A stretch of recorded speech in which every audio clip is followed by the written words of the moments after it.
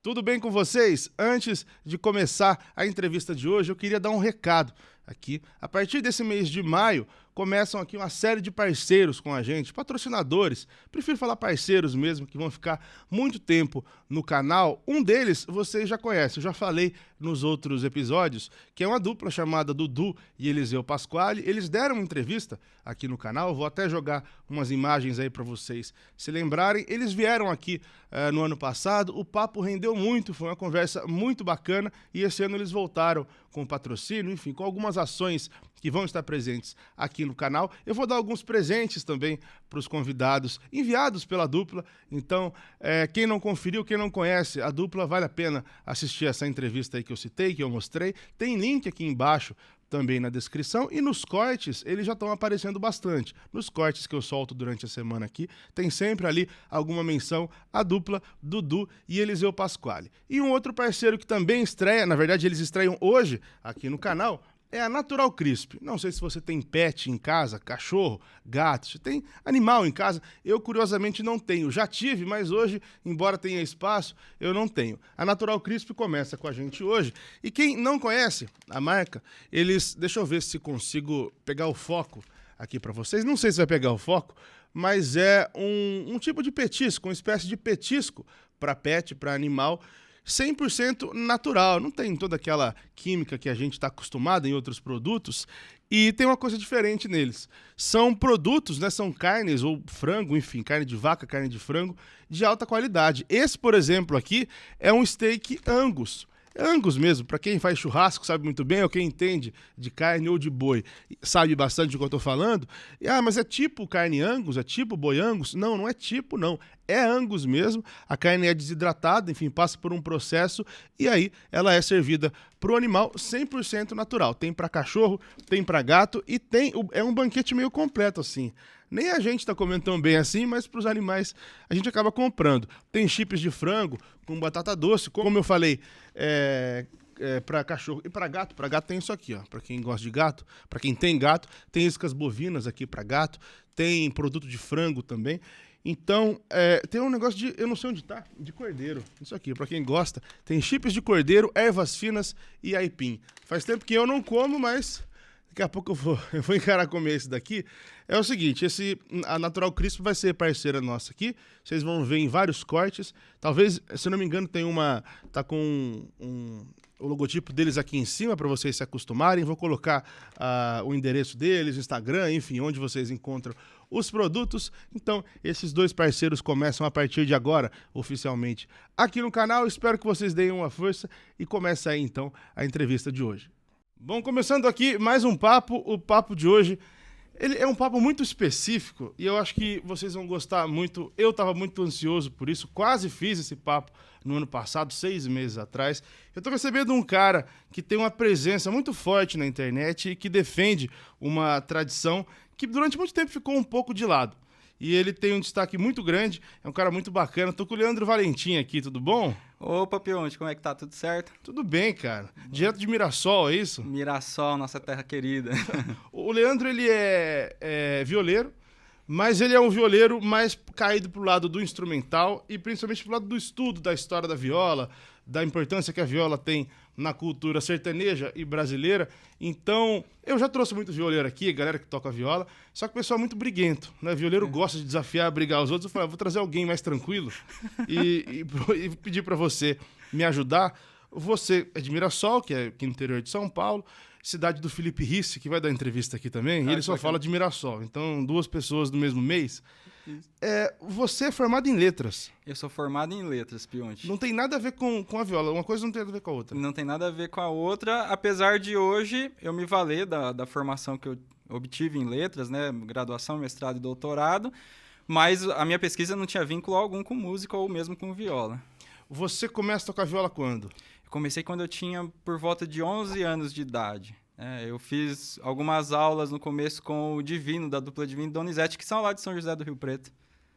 Pois você começou bem, né? E já comecei bem. Era influência de família? Influência do pai. Teve um certo domingo, isso que é bem bacana, que é algo bem localizado. Meu pai me chamou no canto e falou, deixa aqui, vem aqui que eu quero te mostrar uma coisa. Aí ele pegou, era um CD da capa branca, Tião Carreiro e Pardinho, volume 2, Pagodes. E a primeira faixa que ele colocou pra tocar era a número 5, Empreitada Perigosa. Na hora que eu ouvi aquilo, eu fiquei doido, ainda falei assim, nossa, isso aqui parece música de churrasco. Aí foi paixão à primeira vista, eu já sabia que eu queria me tornar violeiro. Você começa a tocar bem, assim, pra sua concepção, quando? Se você sou bom agora. Então, levou, assim, coisa de uns 3, 4 anos pra adquirir uma certa maturidade. Mas, assim, que eu fui me sentir, de fato, mais confortável com a minha técnica foi de uns 3 anos pra cá. Ah, é? Porque eu fiz um trabalho de pesquisa ao longo desses anos com relação à técnica dos grandes mestres da viola nesse estilo tradicional. E era sempre muito difícil você ter registros em vídeo para poder estudar as técnicas que eles utilizavam. E eu só fui conseguir sistematizar isso de fato de uns 3, 4 anos para cá. É um trabalho que você fez, não tinha, né? Não tinha. Hoje tem outras pessoas que fazem também, mas sempre foi uma coisa que eu busquei mesmo, assim, tentar entender, não pelo viés assim, deixa eu tentar copiar o jeito dele tocar e tal, mas tentar criar uma gramática desse modo de tocar viola. E aí existe um conjunto de técnicas muito estável para isso. Você criou mesmo sendo que originalmente os caras não tinham. Criou por intuição e aí você pôs o papel, é isso? Exatamente. Mas o fato que eu acho bem interessante é, por exemplo, se você pega grandes violeiros que as pessoas costumam citar bastante, como o Tião Carreiro, o Bambico, o Goiano, por mais que cada um deles tivesse uma técnica específica, um modo de tocar, uma linguagem própria, eles partilhavam técnicas comuns. Então, tinha uma certa gramática que perpassava o trabalho de todos eles. Você teve algum momento chance ou ideia de levar a viola para a universidade? Eu tive essa ideia, mas como a minha formação é mais na área de letras mesmo do que em música, meu conhecimento teórico sobre música, ele vai até um certo ponto só, né? Então eu sempre pensei que eu não tivesse condições de fazer uma pesquisa sobre música na universidade. Mas o que é curioso é que, assim, depois que eu comecei a divulgar esse trabalho na internet dessa pesquisa, as pessoas começaram a notar a importância. Até esses tempos atrás, o Ivan Vilela comentou comigo sobre a possibilidade de eu fazer um doutorado em música, orientado por ele. Então, abriu já essa possibilidade de eu fazer essa pesquisa no âmbito universitário. Não sei se eu vou fazer, né? Você tem ideia de fazer ou não? Talvez, porque, rapaz, doutorado é puxado. Puxado, já fez um, você sabe bem, né? Já fiz um. É muito pior que o mestrado? Eu acho que o mestrado, ele é mais difícil porque ele é mais curto, então você tem que fazer muita coisa em pouco tempo. A dificuldade do doutorado é o nível de maturidade de pesquisa que você precisa fazer, mas como você tem um prazo maior, é mais tranquilo, eu acho. Mais ou menos, né? Mais ou menos. Vai falar que é tranquilo, os caras vão ficar bravos. Você começou novo e aí você quis tocar profissionalmente. Você teve dupla, você falou pra mim. Eu tive dupla com o meu irmão. A gente trabalhou alguns anos com isso. E o que é curioso, a gente fez várias amizades no meio da música, né? Durante esse período de dupla. Só que aí a gente abandonou totalmente a área musical e acabei retornando em outro momento e só com o instrumental, que era o que eu gostava mais de fazer, de fato. Você começa a ir atrás desse lance de história e de teoria quando? Você percebeu que era um jeito de trabalhar ou era curiosidade? Em princípio, a pesquisa sobre técnica já deu ali quando eu comecei a aprender a tocar viola mesmo, porque eu queria conseguir tirar um som mais próximo possível que eu via nas gravações, né?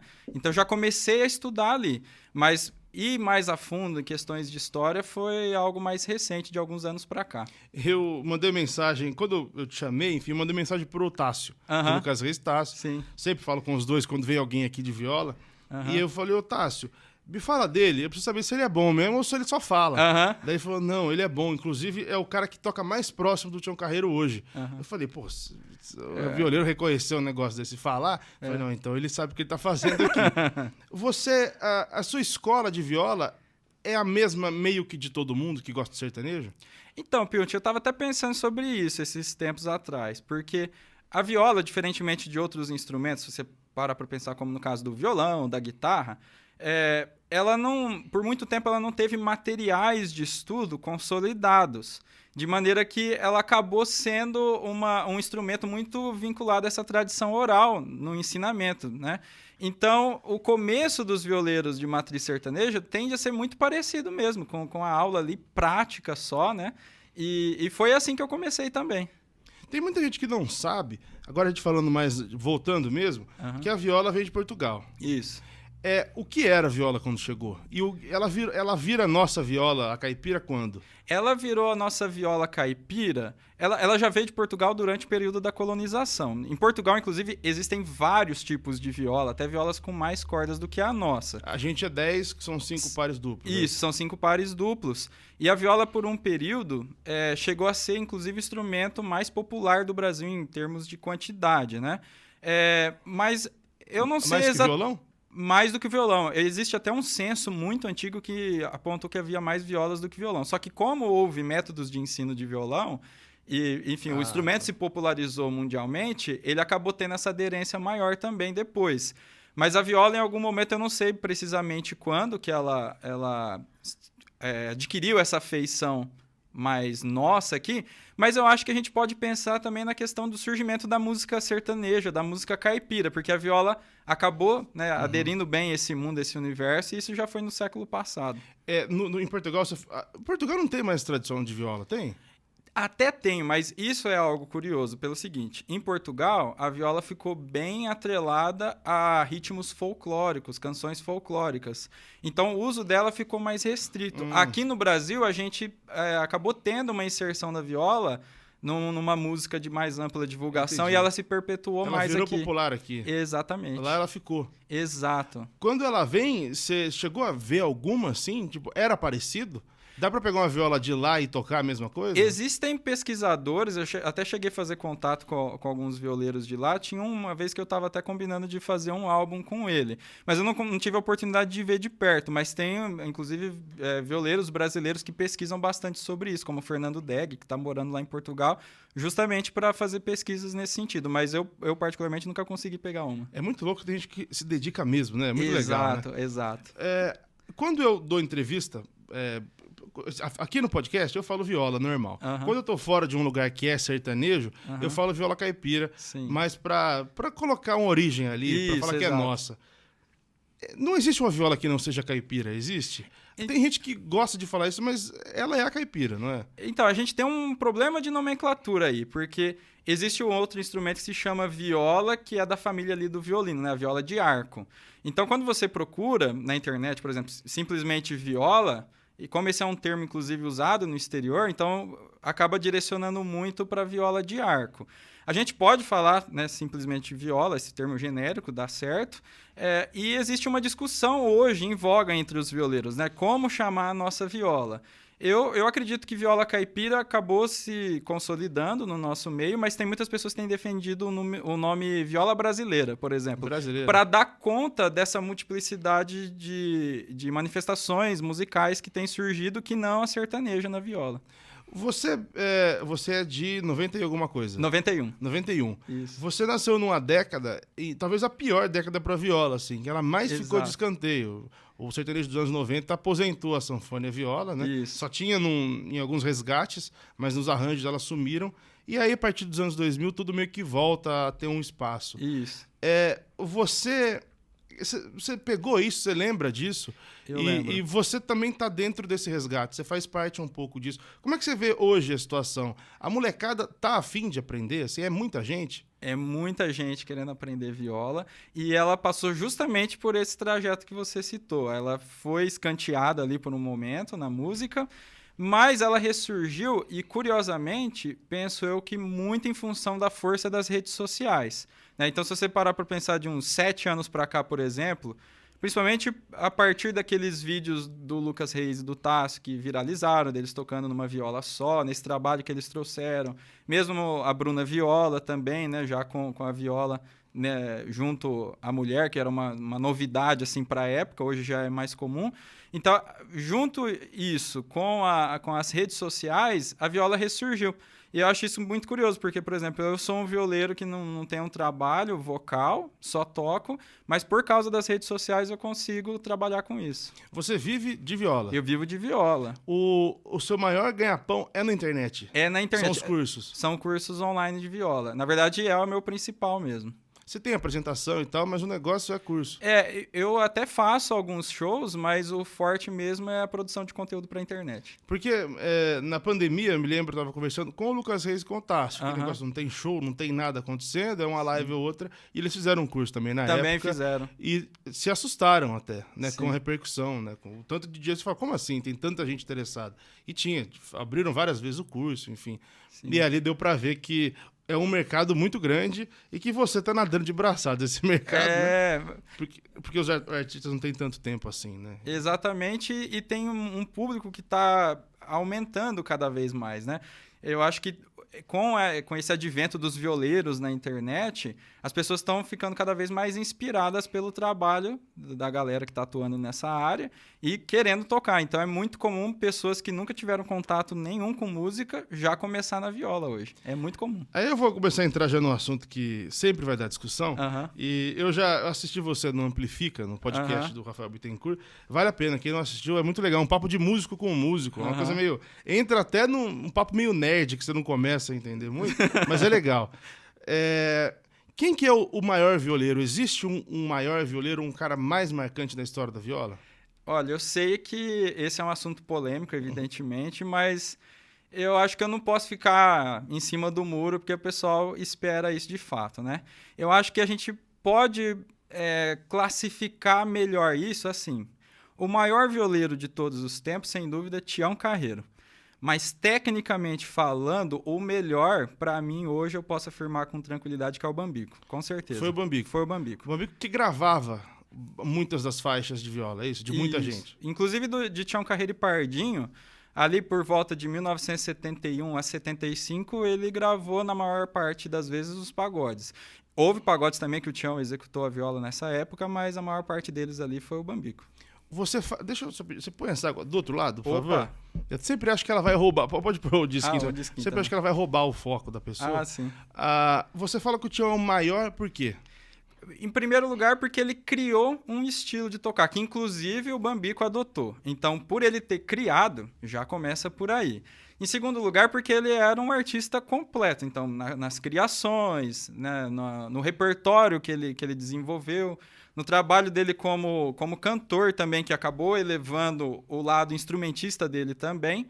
Então, e todo o nome que se criou em torno do Tião, merecidamente, né? E ele tocava muito bem. É preciso ficar muito claro isso também, né? Porque às vezes parece que você está elogiando um, você está diminuindo o outro. Ele não só é o caso. inventou, não, ele criou e... O Tião tocava absurdamente bem. Tanto é que eu me debrucei muito, né, sobre as técnicas do toque de viola do Tião, justamente porque eu acho, assim, que são fenomenais. Mas é que o Bambico era uma coisa meio diferente, viu?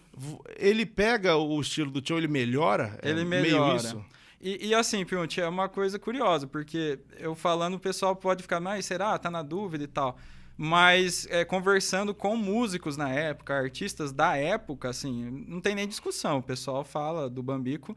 Mas o que eu acho mais curioso é a parceria do Bambico e do Tião, porque o Bambico gravou para muitos artistas, mas ele fazia um trabalho muito específico para as gravações de Tião Carreiro e Pardinho, né? O Tião ia até a casa do Bambico para criar os arranjos para o estúdio.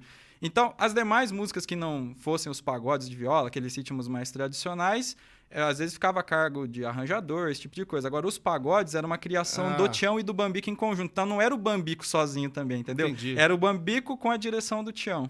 Ele ia pra tocar o estilo que o Tião criou. Exatamente. E, na minha opinião, a dupla para quem ele melhor executou viola foi Tião Carreiro e Pardinho. Assim, para mim, o nível dele para Tião Carreiro e Pardinho é muito acima, inclusive, do que ele executou fora.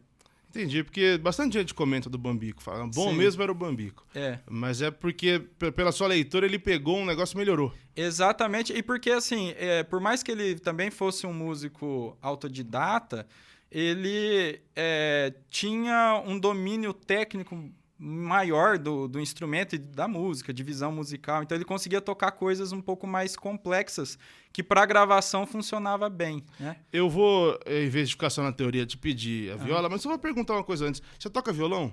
Toco, assim, dou uma arranhada no violão. Você acompanha? Eu toco, assim, mas o meu forte mesmo é viola. A viola é muito mais difícil que o violão? Olha, eu parei para pensar nisso esses tempos e eu cheguei à conclusão. Eu acho que a viola ela é mais fácil de aprender do que o violão. Porque como ela é um instrumento de afinação aberta, ou seja, quando você toca você já produz um acorde só de tocar as cordas soltas. Isso facilita muito a montagem de acordes, memorização de escalas e afins. Então, eu acho que no processo de aprendizagem, a viola é mais fácil do que o violão. É mais rápido. Eu acho. Ah, entendi. É que talvez depois de tanto tempo tocando violão, o cara não tem mais paciência de começar um instrumento do zero. Exato. Mas pô, eu vou te pedir pra pegar a viola, por Opa, favor. claro. Você tem uma viola que ela é meio diferente, a sua viola, né? Ela tem uma... Essa é uma viola que é uma revolução na construção do instrumento, feita pelo luthier Paulo Marcos, lá de Confins, Minas Gerais. É uma viola que, enfim, é meu modelo assinado, inclusive, e ela tem uma construção diferente, o tampo, se chama double top, é uma construção que veio da Alemanha, né? Essa técnica de se construir tampos, e ele aplicou a viola. Você entende bem disso também? Ah, eu sou meio fuçado. Ah, é? Meio fuçado. A diferença da madeira pro público final é muito grande? Dá muita diferença de timbre, projeção, mas o que sempre acaba sobressaindo mais é o trabalho do luthier. Então, às vezes, se o luthier for refinado, ele pode pegar a madeira que for, que ele vai conseguir fazer um instrumento bom, né? Você sabe quanto tempo levou pra fazer? Ah, essa viola levou mais ou menos 1 ano, porque ele fez essa roseta artesanalmente. Esse é um desenho que ele fez artesanalmente. Então, demorou mais tempo para fazer a roseta do que a viola. Por 1 ano. 1 ano. E valeu a pena? Valeu a pena. Aquilo ali é o quê? Esse aqui é um apoio de braço, a gente chama de armrest. E a gente tem essa outra opção também, que é o sound port, que é um retorno para o músico. Só que é magnético, a gente pode tirar e vem mais volume pra gente. O violeiro mais tradicional não dá uma torcida de nariz quando vê um negócio desse, não? Então, ele... Fala, porra. Eu não tive a oportunidade de ver muita reação de alguns violeiros tradicionais. Uhum. Mas, assim, eu imagino que como eu sou muito afeito a esse estilo tradicional e eu gostei dessas inovações... Você acha que eles podem gostar? Eu também? acredito que sim. Eu acredito que sim. Facilitou o toque? Eu acho que enobreceu o timbre da viola. Entendi. Melhorou. Melhorou, que já era ótimo. Você falou que o Tião criou o pagode. Isso. Antes do Tião, a viola era basicamente um negócio de acompanhar. Exato. Na verdade, eu acho que o Tião tem uma contribuição em termos de criação que vai muito além do pagode de viola. O pessoal fala muito do ritmo do pagode, mas o pagode ele é oriundo de outros ritmos já pré-existentes e que ele aprimorou, fez as combinações necessárias. Mas a viola, antes do Tião, ela era um instrumento que você acabava solando escalas duetadas, solos mais simples. E ele inventou algumas técnicas que mudaram o jeito de tocar viola, inclusive de solar, por exemplo. Antes do Tião, era muito comum você tocar solos como no estilo de Chico Mineiro, né?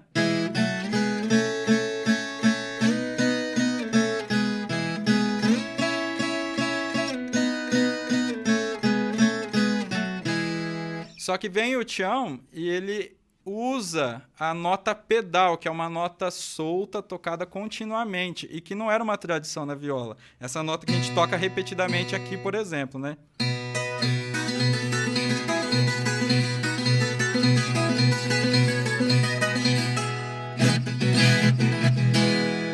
Então ele acabou gerando toda uma nova abordagem para a viola e foi um divisor de águas para o instrumento por causa disso. Você falou dessa nota pedal, é como se fosse um baixo que ele faz? Exatamente, você pega uma nota e toca repetidas vezes entre a melodia principal, né? Então, sem uma nota pedal, um solo como o Pagode em Brasília seria algo mais ou menos assim, né?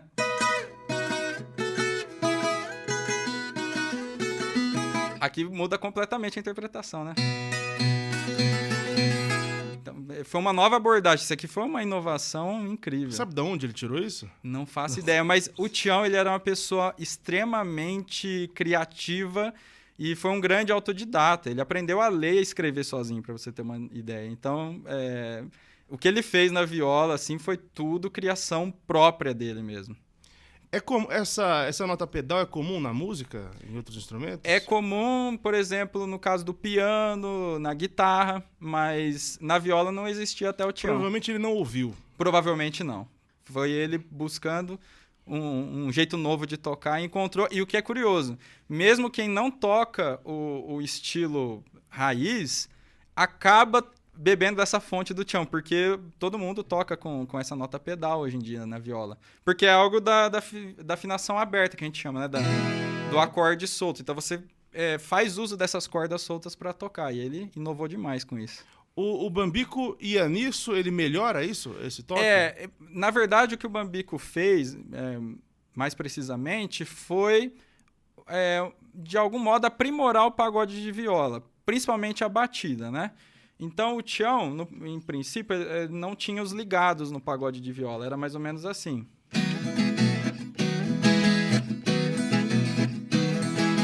Depois do Bambico, o pagode mudou completamente, mas ainda o Tião fez uma leve alteração antes. Ele acrescentou o ligado, mas não tinha mudado a batida, era mais ou menos assim. Aí chegou o Bambico e mudou essa batida completamente. Mudou, assim, mesmo a movimentação da mão direita. Ele fica um pouco mais agressivo? Um pouquinho mais agressivo, um pouquinho mais rítmico, digamos assim, mais dançante. Essa raspada que você dá é do Bambico? Não, era do Tião, já. Mas como tem um nome isso? Cada um dá um nome diferente, por exemplo, mas pode ser o toque que a gente abafa as cordas, por exemplo, né? Mas era um jeito muito peculiar deles tocarem, né? E aí a gente começa a entrar naquilo que eu te falei, assim, de cada violeiro ter a sua linguagem própria, mas todos eles partilharem de técnicas comuns que começaram com o Tião, que ele é o precursor de tudo. Então, por exemplo, em outros instrumentos, como no caso do violão, é muito comum na mão direita não se usar o dedo mínimo para tocar as cordas, né?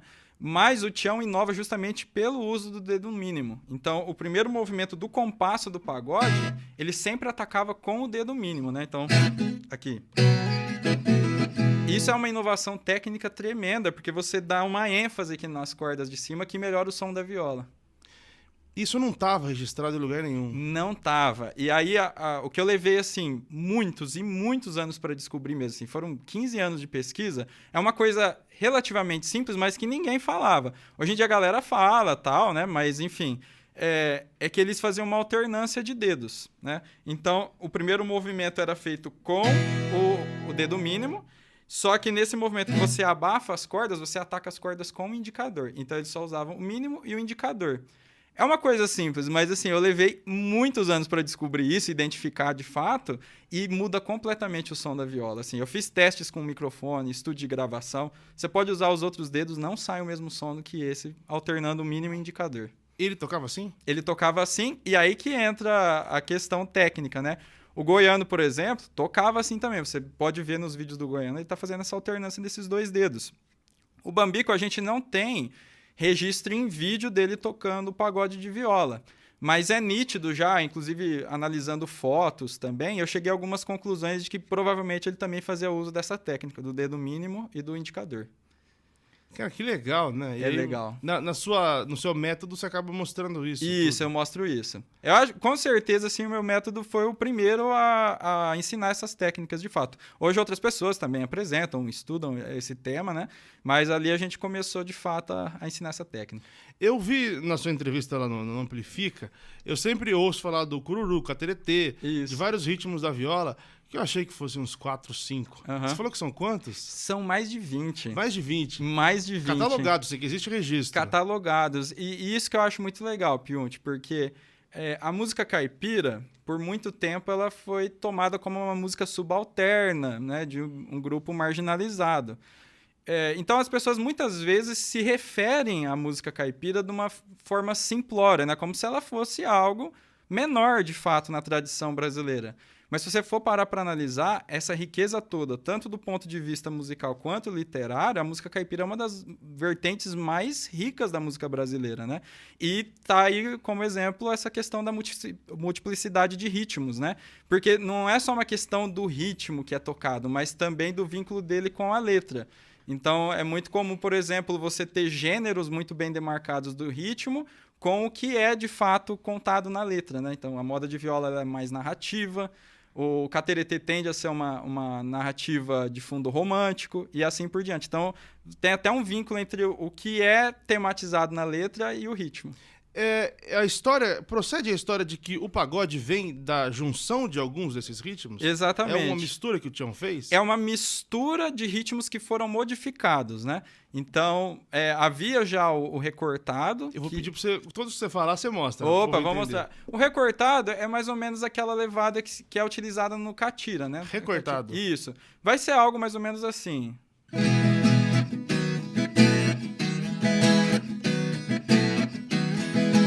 Só que era só isso na O viola. povo bate palma. Isso, bate palma e tal. Aí a inovação foi a junção com outro ritmo que o violão faz, que ficou popularmente conhecido como cipó preto, que é esse ritmo aqui. Isso foi uma grande inovação, porque você junta 2 ritmos diferentes num toque só, né?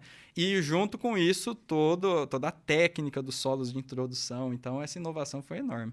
É a mistura de cipó preto com Com o recortado. recortado. Mas tudo estilizado, não é exatamente Mas se você misturar, sai alguma coisa, assim? Ou não... Não, sai. Assim, não dá pra tocar simultaneamente os 2 ritmos, né? Mas Não, nítido. um com o outro. Entendi. Isso, sai totalmente diferente. Então, os violeiros, inclusive, ficam identificando assim, se vai alguém tocar junto com outro violeiro e não faz o cipó preto na base do pagode, tenta fazer o recortado junto, o pessoal fala, esse aí não é violeiro. Ah, não sabe muito bem. Não sabe muito bem. O violeiro gosta disso também, né? Gosta. De apontar. Gosta. Algum desses que você tocou é difícil? De um nível técnico um pouco complexo? O pagode eu diria que é o mais complexo. Ele é difícil? Achei que fosse do mais simples. Não, na verdade, dos ritmos caipiras, inclusive a gente tende a ensinar o pagode de viola por último. Por quê? Mas o cara chega babando pra Chega aprender. babando e fala, não vai aprender o pagode logo de cara, vai ter que aprender outras coisas. Mas por quê? Diferentemente de outros ritmos, no pagode de viola a gente estiliza os acordes. Então, vou dar um exemplo aqui. Se a gente fosse tocar um cururu, por exemplo, eu fosse tocar no tom de Mi maior, eu poderia simplesmente fazer isso, né? O acorde de Mi maior, Si com sétima, por exemplo.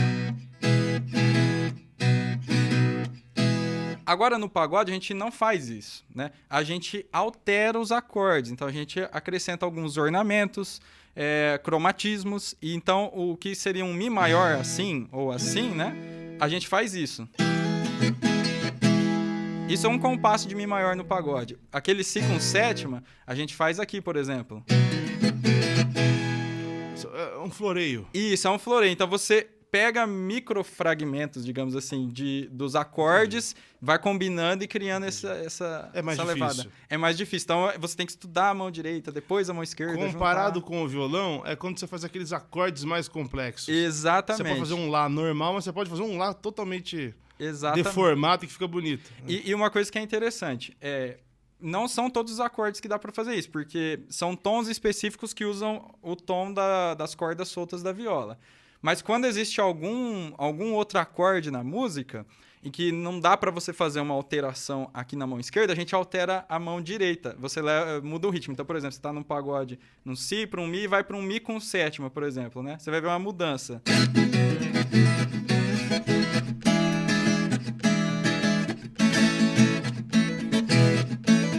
Então, quando o acorde não permite uma alteração muito grande na mão esquerda, a gente muda a direita para estilizar a música pela mão direita. Não é simples, né? Não é simples, é complexo. Cara, depois do Tião, você fala do Bambico, você fala do Goiano. Sim. Com o tempo passando, tem violeiros que marcaram também por qualidade e tal? Com certeza. O Renato Andrade é um exemplo, né? Que foi o violeiro que levou a viola para a sala de concerto. O próprio Almir Sater, também, não só pela difusão do instrumento, mas também, né, pelo estilo que ele começou... Eu até anotei pra falar de Almir aqui, que tem umas coisas boas pra brigar aqui.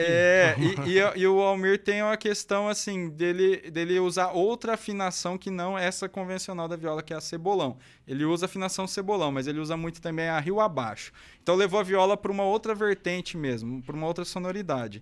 E de uns anos para cá, eu gosto muito de apontar o Lucas Reis e Tássio e o Liam, porque de algum modo eles vieram inspirando novas gerações. Então, assim, é muito comum você encontrar crianças que querem começar a aprender a tocar viola por causa do Tião Carreiro, por causa do Goiano, mas também é extremamente comum você encontrar crianças que querem começar a aprender por causa do Lucas, do Tássio, do Liam e de outros grandes violeiros de hoje em dia. Você falou que teve aula com o Divino ou com o Donizete? Divino. Com o Divino. Divino. Ele deve ter te contado muita história. Contou bastante história. Ele conheceu todo mundo. Assim. E, inclusive, ele chegou a gravar viola em estúdio pro Tião também, né? Gravou? Gravou. Então, assim, é um nível muito alto de viola. Você lembra dele tocando na sua frente? Lembro. Inclusive, por exemplo, ele gravou um pagode pro Ronaldo Viola e João Carvalho, viola pagodeira, e ele me ensinou a tocar, que é esse aqui.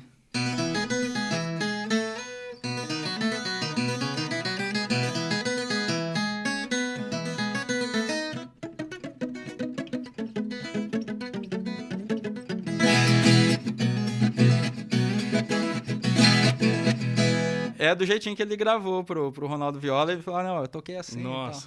Foi legal a experiência. Essa nota muda?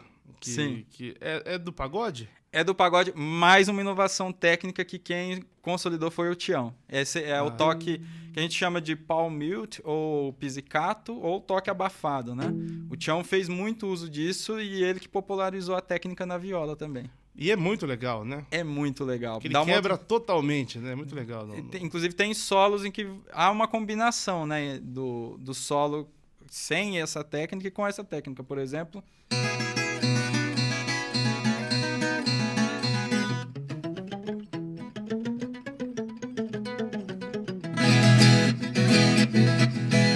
Dá uma quebrada legal, né? Cara, como você é professor e tem um nível mais avançado, vou te pedir, na sacanagem mesmo, existe algum pagode que você considera mais difícil?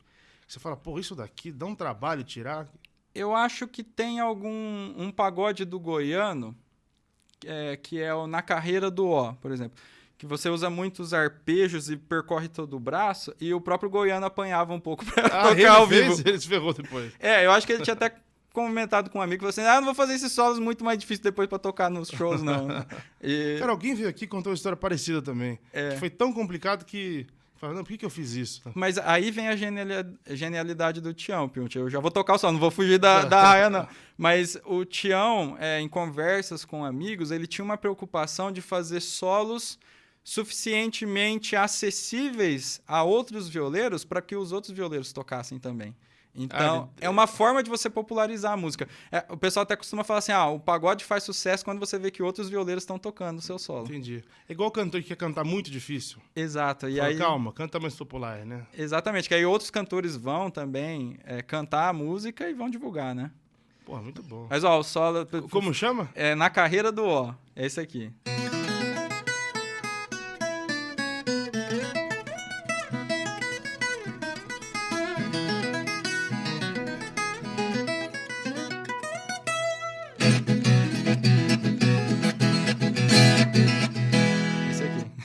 Essa base, esse final, ele é padrão em todos os pagodes? Ele não é necessariamente padrão, cada violeiro vai mudando, mas assim, tem uma gramática para isso, né? Então, por exemplo, no caso dos pagodes do Tião, seja o Tião tocando ou o Bambica, era muito comum você terminar desse jeito, né? Aí muitas vezes o Tião não colocava esse efeito que a gente chama de pull-off, né? Então ficava assim. E por aí vai, mas é mais ou menos por aqui, mas cada violeiro termina de um jeito. Cara, que doido, né? Porque... É legal. É legal você ter colocado no papel. Você chegou a estudar... Você lê partitura? Não. Dá pra pôr, lógico, né? Dá pra colocar. O que eu comecei a estudar mais, e assim, eu sempre tento pensar muito nisso, foi a harmonia musical mesmo. Tentar entender melhor a lógica das notas, dos acordes, né, dessas combinações. E aí você começa a entender melhor... onde está até, inclusive, alguns aspectos inovadores do Tião, né? Então, se você for pensar em harmonia, por exemplo, o Tião inovou muito por ter explorado o que a gente chama em música de modo mixolídio, que é um modo que a gente usa para tocar no 5º grau de um determinado tom. E ele trabalha muito... Imagina o Tião ouvindo você falar isso. Exatamente. Né? Mas é uma coisa totalmente... Mixolídio? Mixolídio, é o modo mixolídio, é o que a gente chama de modos gregos, né? Então, você pega um solo, por exemplo, como 9/9, né?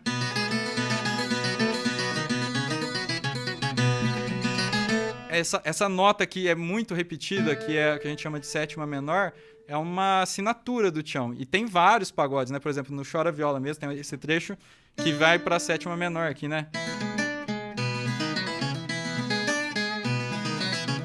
E isso leva até para um outro lado, assim, né, que eles chamavam de pagode nordestino. Tinha até nos encartes de Tião Carreiro e Pardinho, que são esses pagodes que ficam mais no modo mixolídio. É claro que hoje a gente faz essa análise técnica, mas eles iam pela sonoridade. Olha, isso aqui lembra a música nordestina, então vou colocar esse nome. Eu nem ia colocar isso agora, mas a gente tem viola no Nordeste. Tem. É quase outro instrumento? É quase outro instrumento pela afinação que é utilizada. Lá eles costumam usar muito...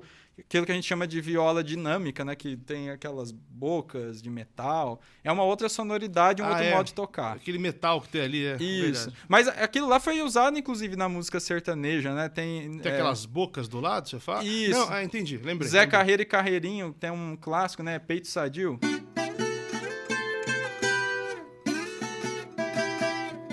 foi gravado numa viola dinâmica. Ah, foi? Foi, por isso que o som é um pouquinho mais abafado. Ah, entendi. Aqui eu vi você falando também, ajuda a não abafar tanto a viola, esse seu apoio de braço, Isso, né? porque você reduz a superfície de contato do braço com o tampo. É. Então o tampo consegue vibrar mais e dar mais som. Você tá usando aberto, tá, né? Eu tô usando aberto aí. É mais gostoso, fica mais... Fica mais gostoso porque vem som Você a mais. mesmo usa eu mais. escuto melhor. Você tava falando do... O Tião tem algum... Desses pagodes muito famosos dele, tem algum que você acha que é muito melhor que o outro? Na questão de construção? Eu acho que não, mas o que me agrada muito assim no Tião são algumas saídas técnicas que ele encontrou, inclusive para encontrar pagodes com vertentes diferentes dentro da linguagem que ele criou. Então eu dou um exemplo de Empreitada Perigosa mesmo, que é um pagode muito conhecido, que foi aquele primeiro que eu vi na minha vida, né? A viola foi executada pelo próprio Tião, o violão aço que sola junto com a viola foi o Bambico e o violão nylon, se eu não estou enganado, foi pelo Tupi. E o Tião inovou ali ao criar um pedal, digamos assim, contínuo durante o canto, né? Então ficaria assim.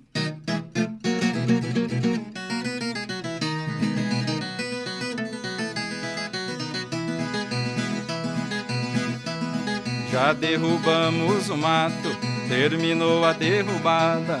Agora preste atenção, meus amigos e camarada.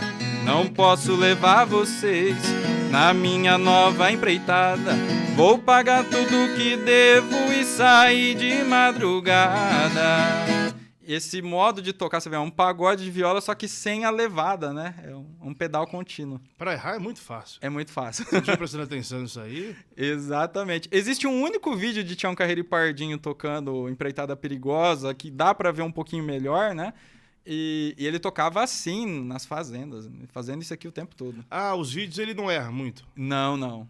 É um negócio de acertar bastante. Negócio de Porque acertar imagina que a viola seja um instrumento, pelo tanto de solo, é meio comum errar, né? Exato. Errado a nota e tal. Exato, mas ele inovou muito com isso, né? Assim, putz, um ritmo que não é exatamente uma levada, é um solo contínuo, né? Muito legal. A gente falou bastante do Tião, ele vai aparecer de novo aqui, mas você pode encerrar esse assunto com um pagode do Tião que você gosta? Posso sim. Vamos fazer esse aqui.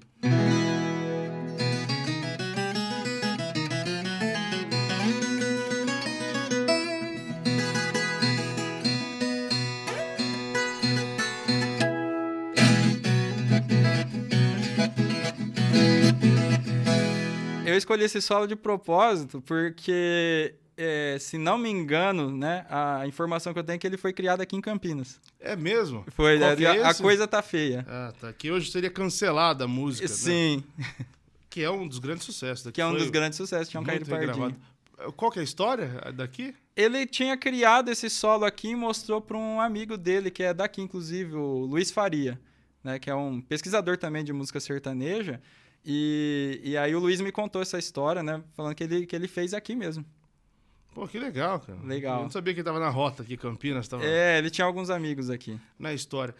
Quando a gente fala de viola no Brasil, quem gosta de sertanejo, basicamente todo mundo, Sim, ou pensa no Tião, quem gosta do mais de caipira, ou pensa Sim. no Almir. sim. O Almir é um cara que foi pra televisão, um cara que tem um sucesso com música mais poética, enfim, Sim. com a viola sendo o principal instrumento dele.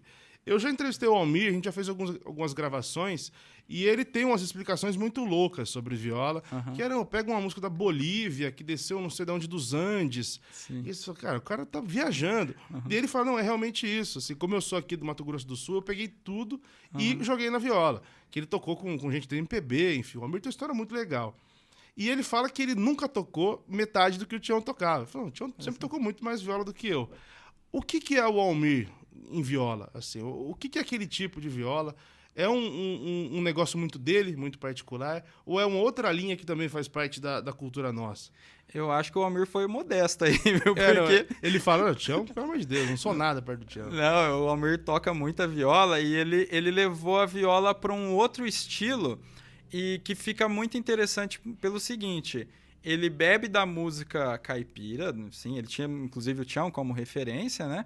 e desses ritmos de fronteira, né, que estão muito presentes ali na música dele. E como ele faz uso de outra afinação, que é a rio abaixo, ele levou a viola para uma outra sonoridade e que, inclusive, estabelece alguns diálogos, por exemplo, com a música americana, se você for parar para pensar, porque tem uma afinação no violão que se chama open G, né, o sol maior aberto. É muito comum no blues. E o Almir acaba consolidando o seu toque de viola nessa afinação. Então, a viola do Almir, inclusive, ele tem blues na viola, um blues que chama o Ganso, né? Então ele leva essa viola para essa pegada, né? Ele costuma até dizer que ele é roqueiro, na verdade. Ele gosta de incomodar, né? Ele gosta de cutucar. Ele gosta, mas tem fundamento no que ele diz, porque ele bebe dessa fonte. Só dele usar essa outra afinação, ele já leva a viola para essa vertente. Ele fala de Pink Floyd em entrevista. Ele fala, bom, então a referência é muito diferente. Você toca o estilo dele? Você ouve o estilo dele? Eu ouço bastante. Dá pra gente fazer até alguma coisa aqui. Tem uma história engraçada sobre a família Satter. Tem? Eu não anotei aqui, mas você vai ter que tocar pra mim o Globo Rural, pô. E é sobre essa música mesmo a história. Música, que é o Luzeiro, né? Vou fazer já o trecho dela aqui.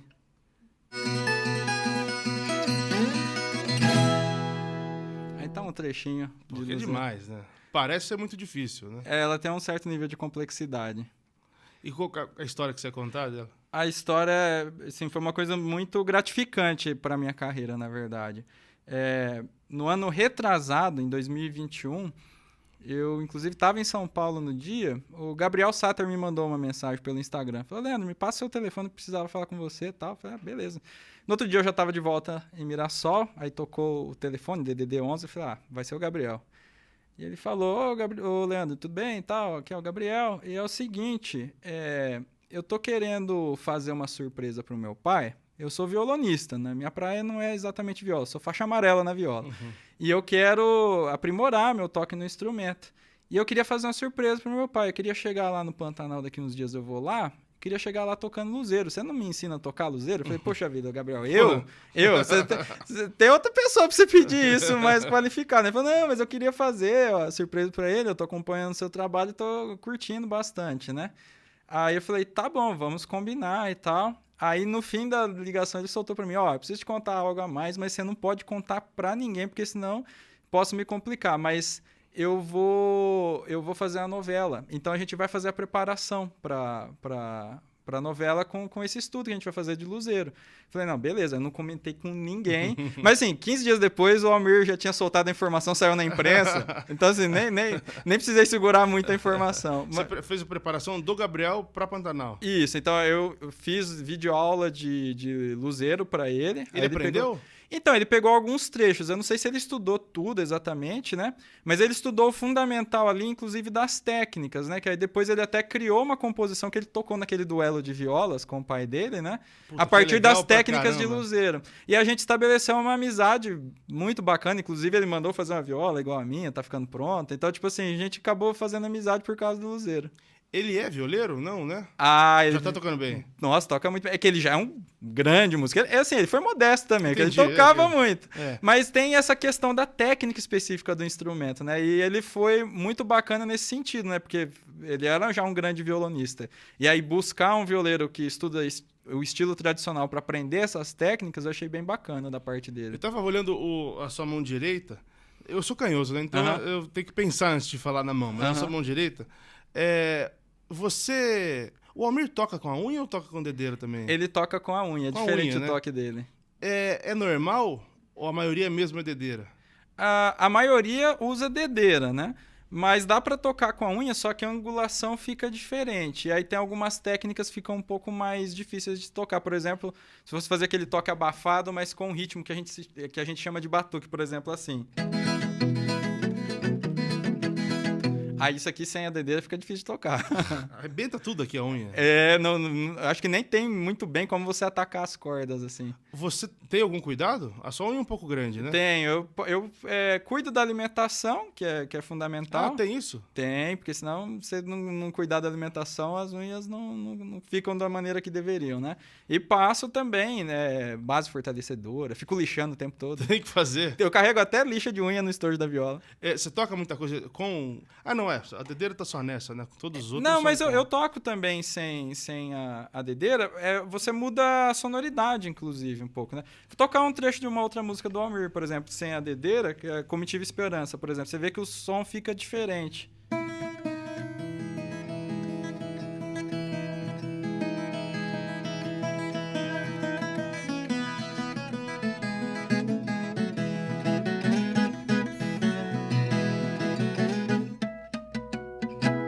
Então fica um timbre já diferente. Totalmente, né? Bem diferente. Quase outro instrumento de som. O Almir fala que o Luzeiro pagou a escola dos filhos. Exatamente. Que ele tocou tanto no Globo Rural, né? Sim. Eu não sei se é ainda.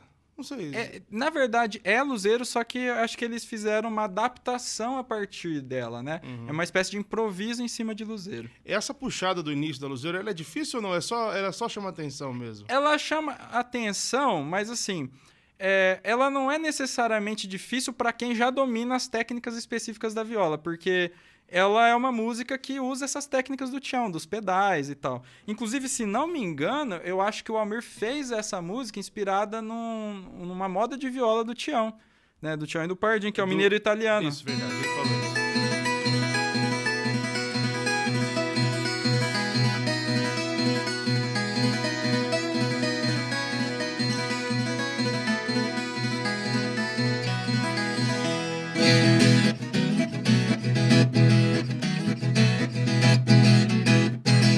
Então você vê que tem um vínculo muito forte. Ele criou algo a partir dessa técnica já. Esse comecinho lembra, né? Lembra. Você sabe, ele falou mesmo na entrevista, que ele pegou do mineiro italiano mesmo. Isso. Você treina ainda todos os dias ou já é mais tranquilo? Eu treino, mas eu gostaria de treinar mais. Só que como a rotina é muito puxada com as redes sociais, eu não tenho mais aquele tempo de estudo que eu tinha antes. Mas eu sempre estou trabalhando, porque técnica, se você não faz essa manutenção, você pode perder, né? Você falou de afinação, né? Que o Almir usa uma, o violeiro caipira usa outra. A gente tem uma série de afinações na viola, tem toda uma brincadeira de contos, de causos. Isso. Mas o fato de haver tantas afinações diferentes, você acha que é um impeditivo para a viola andar para frente, assim? Você acha que atrapalha? Ou não? Faz parte? Eu acho que não, porque por mais que existam várias afinações para viola, existe uma afinação que se tornou meio que padrão, que é essa afinação que a gente chama de cebolão. Você pode afinar em Mi maior, Mi bemol ou Ré maior, geralmente com essa afinação. Então, existem muitas e muitas afinações, mas se você for passar o pente fino mesmo, você vai ver que a maior parte dos violeiros usa afinação cebolão. Então, existe um padrão. Cebolão em? Mi maior ou Ré maior, principalmente. Num dos dois tons. Vai estar ali. Vai estar ali. Existe alguma chance da lenda do cebolão ser verdade? Ou é só lenda mesmo? Eu acho que pode ser verdade, sim, por que não? Que é qual? Pra você contar. O pessoal diz, né, que a afinação da viola é cebolão porque é uma afinação que os violeiros usavam, tocavam e faziam as moças chorarem. Então, como cebolas mesmo, né? Virou como cebolão. cortando cebola. Então, virou cebolão. E o rio abaixo e o rio acima? Rio abaixo, diz a lenda, se não me engano, que havia uma comunidade ribeirinha, alguma coisa do tipo, e que o coisa ruim, o tinhoso, passava de canoa rio abaixo. Aí eu não sei se ele tinha pegado alguém, eu não me lembro exatamente da lenda, mas ele descia a canoa rio abaixo. E aí tem a rio acima, que era o pessoal que foi resgatar alguma coisa assim, e tinha a canoa rio acima. Então tem todo esse vínculo. Tem muita, né, dessas lendas vinculadas a pacto, essas coisas. É muito legal. O pessoal que procura, que pesquisa, a gente fica meio bravo com essa história, mas é legal, faz parte da cultura. Faz parte. E a viola tá inserida totalmente, né? Totalmente. Você falando de viola e cultura, tem uma coisa que rende muito, que é tocar viola, tocar em músicas de fora, músicas nada a ver com músicas caipira, na viola. Você tem vídeos assim também? Sim. É muito popular, as pessoas gostam muito. Queria que você fizesse um número disso, com músicas que você já brincou na viola, de outros estilos. Vamos fazer, vou pensar em alguma aqui agora.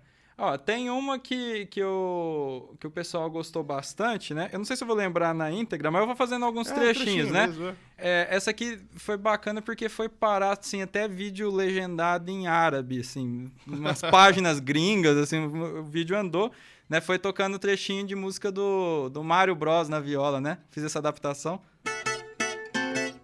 Como é que é? Aí, tô relembrando, mas vamos lá.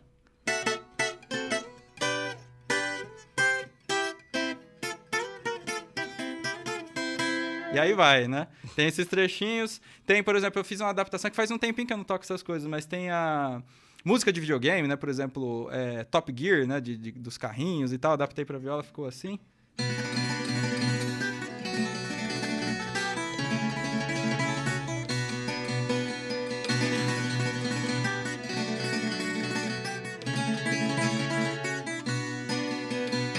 E aí vai, né? Tem outra música também que eu adaptei, que foi bem bacana. Não sei se eu vou lembrar também na íntegra, mas que foi bem massa, que foi uma música do Angra, inclusive, o Rebirth, né? Você tocou a viola? Toquei na viola, o Rafa cantou. Deixa eu lembrar. Eu não toco isso desde que eu fui lá. Só pela introdução já dá pra saber o que é. Eu não vou recordar ela na íntegra. Mas, enfim. Mas a gente foi... É que faz de um tempo pra cá, a minha produção de conteúdo ficou tão focada no estilo tradicional, nesse toque tradicional, que eu fui deixando esse repertório um pouquinho de lado, assim. Faz um tempinho que eu não venho postando. Você fez thriller, não fez? Fiz Foi thriller. Mas é aquele tipo de coisa assim que não era muito a minha praia e eu falei assim, vou fazer. Dá uma viralizada, né? Mas foi um estudo enorme pra tocar aquilo. Eu nem lembro como é que foi. Pra transformar. Nossa, foi bem... Você tava vendo você tocar da Top Gear aí, do Top Gear, do jogo. Como é que é viola no mundo hoje? Você que pesquisa. Tem gente tocando viola de outras formas em algum canto? Olha, alguns vídeos meus viralizaram em páginas do exterior e o pessoal começou a entrar em contato comigo, assim, já entrou em contato comigo, por exemplo, holandês, colombiano, americano, procurando onde comprar a viola que eles queriam começar a tocar. Mas não é algo comum, assim, de você ver, né? É algo mais restrito à cultura brasileira mesmo. Porque tem alguns instrumentos que tem uma sonoridade que lembra, não tem? Tem, aqui na América Latina tem mesmo, né? Então, por exemplo, se você for pegar, acho que na Colômbia, se não me engano, tem o tiple colombiano, tem outros instrumentos na América Central, que são sempre instrumentos, assim, com pares de cordas ou cordas triplas, né? Tem muito disso. Eu acho que é algo que ficou muito forte aqui na cultura da América Latina mesmo. Porque ali pro mundo árabe e pra Índia, não tem algumas coisas que lembram? Ou não? Não, tem. Inclusive na base da viola, né? Que é o alaúde, por exemplo. Eu ia falar do alaúde mesmo. A viola veio do alaúde, porque o alaúde foi levado para a Península Ibérica durante a dominação moura na Península Ibérica, na Espanha e Portugal. E, com isso, houve toda essa cultura árabe levada, né, para a Península Ibérica, inclusive a parte musical. E o alaúde chegou lá, né, por meio dessa dominação, e com as transformações históricas acabou surgindo a viola a partir do alaúde. Do alaúde. Você já viu um? Você já pegou um? Não, eu só fiquei, assim, pesquisando na internet. Comprar um alaúde. Eu falei, nossa, eu vi muitos vídeos já do pessoal tocando que eu tenho vontade de conhecer. A viola de coxo, você já tocou? Não cheguei a tocar, mas assim, é uma outra tradição que é muito forte da minha cultura popular. Eu não sei os vínculos da viola de coxo com a viola caipira nossa, sim, mas também tem essa questão, tá muito vinculada a uma prática do interior. A viola de coxo é aquela barriguda, né? Isso. Atrás, né? E ela não tem uma boca na frente, ela tem um som um pouquinho mais abafado. Não tem o buraco? Não tem. Agora tem luthiers que constroem com esse soundboard, inclusive, mas não... Eu já fiz uma matéria sobre viola de coxo, eu não me lembro, faz tanto tempo, mas eu acho que eu falei alguma coisa dessa origem, assim, entrevistei alguém. Mas é legal, é um instrumento totalmente diferente. Sim. Eu te falei lá de fora, porque eu acho legal, tem algumas coisas que vêm. Você tá fazendo... O que é o seu curso hoje? O meu curso, ele serve tanto para quem está começando absoluto zero, nunca estudou viola ou qualquer instrumento na vida, quanto para quem já toca viola e quer aprimorar, sobretudo do ponto de vista do domínio das técnicas do toque tradicional. Então, ele é um curso de viola completo, né? Que a pessoa sai do absoluto zero, não sabe nada de música. Começa lá e chega até o nível de tocar os pagodes de viola, no estilo dos grandes mestres. Dá para tocar como um embrulhão? Dá. Em quanto tempo? Isso varia muito de pessoa para pessoa, Pionte. Eu tenho alunos que, assim, começaram na viola do zero, em 6 meses já tinham chegado no pagode. Eu tenho aluno que em 3 meses chegou, assim. Eu tenho aluno que levou mais de ano. Então, assim, varia muito de pessoa para pessoa. E da dedicação, né? Da dedicação e de como a pessoa acaba desenvolvendo aquela técnica, porque cada um tem um tempo. Eu mesmo, assim, não foi algo imediato para eu começar a tocar bem, né? Mas tem pessoas que conseguem. Eu só queria... O seu curso é esse aqui, né? Isso, esse é o mestre do pagode. Mestre do pagode. Vai aparecer? Vai pegar o foco ali. É o curso que tá bombando hoje. Como é que... E é muito legal, cara. Como é que... Tá no seu Instagram? Quem quer adquirir o curso, quer entrar, é só entrar em contato comigo no Instagram. A aula particular chegou a dar? Cheguei a dar, mas hoje eu nem consigo mais por causa da demanda, assim, do curso, das redes, né? Fica complicado. Aí também de casa é muito melhor, né, cara? Exatamente. Você tava dando curso já na pandemia? Foi um pouco antes de começar a pandemia. Nossa, você deu até que sorte, então. Não... Exatamente, assim. Na verdade, eu já estava com um projeto para começar o curso, e aí na hora veio a pandemia, já estava tudo esquematizado para eu lançar. Foi concomitante. Eu também tenho que mostrar a camisa do Mirassol. Com certeza. O Mirassol tá em que divisão? No Paulista, na primeira divisão. Eu tô por fora do Paulista. E no Brasileiro, Série B, vai disputar esse ano. O Mirassol passou por... Eu pus na frente do microfone. O Mirassol passou por uma fase meio complicada nos últimos anos, né? Mas tá voltando. Tá voltando com força total. Mas... E eu, como corintiano, lembro do jogo contra o Palmeiras, um clássico. A gente adora esse jogo de 6, foi 6-1? 6 gols. Eu não lembro se foi 6-2 ou 6-3, mas... Foi 6 do Mirassol. Foi 6 do Mirassol. E também só mostrar... Café aqui que você me... De onde que é esse café mesmo? Da Torra Fresca Cafés do meu amigo Alex Lima. Bom demais. Cara, café a gente sempre aceita aqui, o pessoal que quiser trazer. A gente até falou que um dia a gente vai acabar lançando um café nosso. Pegar uma empresa que faz café e colocar o nosso carimbo aqui. Ah, legal. Porque o que a gente mais toma aqui... Pô, eu vi Ivan Santana aqui, achei que fosse o Ivan daqui. Aí. Cara, é muito legal o seu trabalho, eu acompanho... Você faz muito tempo. Você me mandou mensagem, eu tava assistindo, enfim, eu fico trocando, aquelas encaminhadas do Instagram, eu sou o que mais encaminho. Eu falo, olha o que esse cara fez aqui. Acho muito legal uma coisa do seu trabalho. Quem não conhece, o Instagram dele é muito legal, de contar algumas histórias por trás das músicas. Sim. Né? Que é pouca gente que vai atrás de história de música. Tem um livro ali, que é o Cowboys do Asfalto, que é do Gustavo Alonso, que é de um historiador da... Universidade Federal do Pernambuco. Hoje ele é colunista da Folha. Sobre sertanejo. E ele fez um estudo que relacionava sertanejo e política. Então ele acabou indo para o significado de algumas músicas. E uma das histórias me lembrou um vídeo que você fez, que foi daquela do Tião ter feito uma música a favor do empregado, depois ele deu uma equilibrada. Lembra? Você podia contar essa história? Posso contar a história. Que é o seguinte, tem uma canção de Tião Carreiro e Pardinho, a composição é de Tião Carreiro e Lorival dos Santos. O Lorival escrevia a letra, o Tião musicava, né? Se chama Levanta Patrão. Numa apresentação em homenagem ao Lorival dos Santos, no Viola Minha Viola, estavam lá Tião Carreiro e Paraíso. E o Moraes Sarmento perguntou pro Lorival, olha, qual é a sua música favorita das composições todas que você fez, né? E ele destaca essa música. Só que ele fala, mas ela não fez sucesso, acho porque defende o empregado, né? Enfim. Aí você já tem uma noção ali de que, opa, tem alguma coisa diferente nessa música. E aí eu fui estudar, né, de fato. E ela é riquíssima, né? A construção dela, a ironia que vem de uma música triste num tom maior e dançante é sensacional. Mas foi uma composição que não andou, assim. Eles gravaram, né, mas não fez sucesso. Mas tem essa crítica ali. E também tem uma outra história que é o seguinte. O Tião disse no início dos anos 80 a um amigo que ele estava com uma música que ele sabia que ia desagradar os patrões. Ele estava fazendo. E era Preto Velho, a música que se tornou um clássico de Tião Carreiro e Pardinho, né? E se tornou um sucesso. Nos anos 80 a dupla sempre usava essa música para abrir os shows.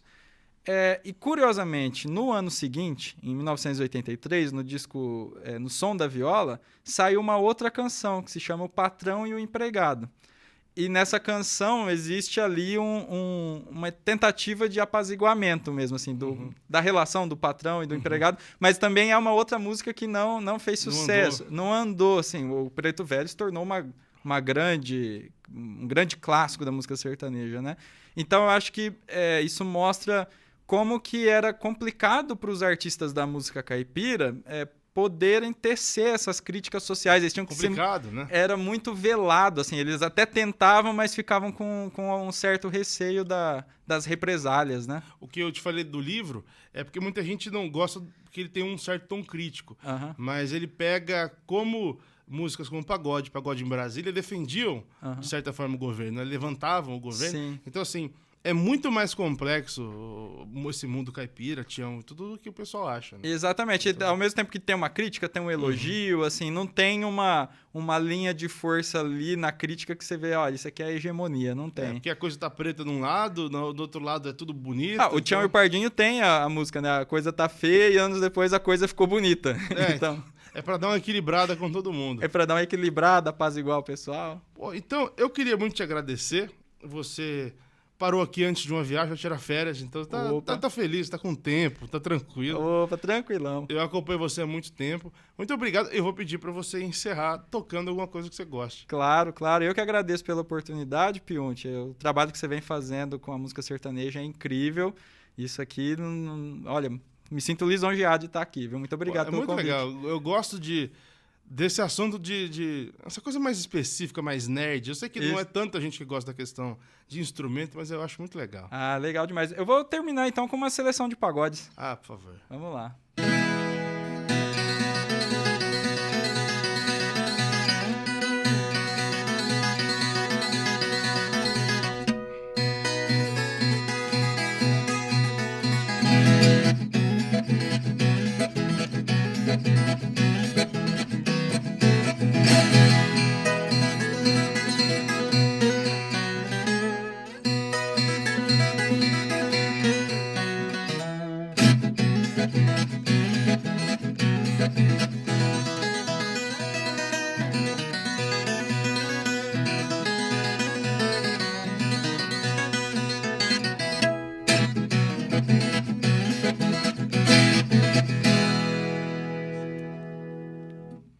Bom, cara, aproveitei e vi meus stories aqui. Aí, bom demais. Muito obrigado. Eu que agradeço. Valeu.